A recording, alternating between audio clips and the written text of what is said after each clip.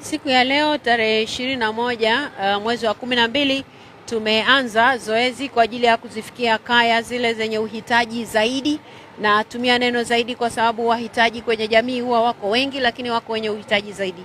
Kwa hivyo tumeanza kazi hii katika kata 6 kwa siku ya leo tarehe 21. Tutaendelea na zoezi kesho, lakini pia kesho kutwa. Kwa hivyo kwa siku ya leo kwenye kata hizi 6 tumeweza kuzifikia kaya 54 ambazo tumewapa chakula, lakini pia na fedha kidogo kwa ajili ya kununua mboga kipindi hiki cha sikukuu. Mpango wetu ni kuzifikia kata zote 13 za jimbo la Uyole, lakini pia tutazifikia kaya 130 kwa ujumla wake katika kata zetu zote.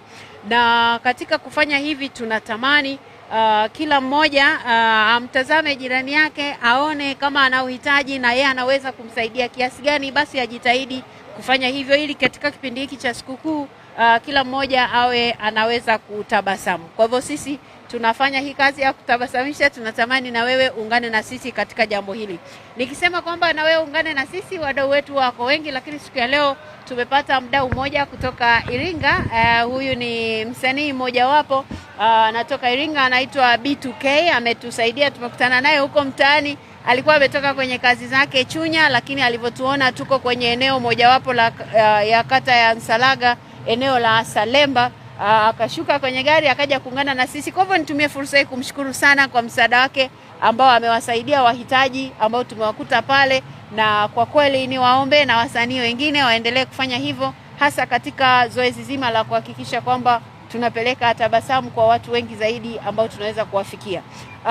Kwa kusema hivyo, pia siku ya leo tumepata nafasi, wenzetu wa bodaboda Kijiwe cha Isoso walikuwa wana uhitaji wa kununua eneo na walikuwa wameshachangishana, walihitaji tu kukamilisha huo mchango wao. Basi siku ya leo tumewakamilishia huo mchango wao, na sasa wanaweza kununua hilo eneo kwa ajili ya kuweka kijiwe chao cha bodaboda. Hivyo nitoe wito kwa bodaboda kuendelea kutoa ushirikiano kwa sisi viongozi wao, lakini pia kwa serikali, ili mambo yaendelee kuwa vizuri katika jamii yetu. Na wao sisi tunawaheshimu sana kama sehemu ya viongozi wao, lakini na wao tunaamini na tunajua kwamba wanaheshimu sana sheria, na ndio maana wanataka wawe na eneo ambalo ukisema namtafuta bodaboda ambayo nilimchukua eneo fulani na amevaa pengine nguo zimeandikwa Isoso, pale ukifika waweze kumtambua kwamba ni nani amefanya hivyo.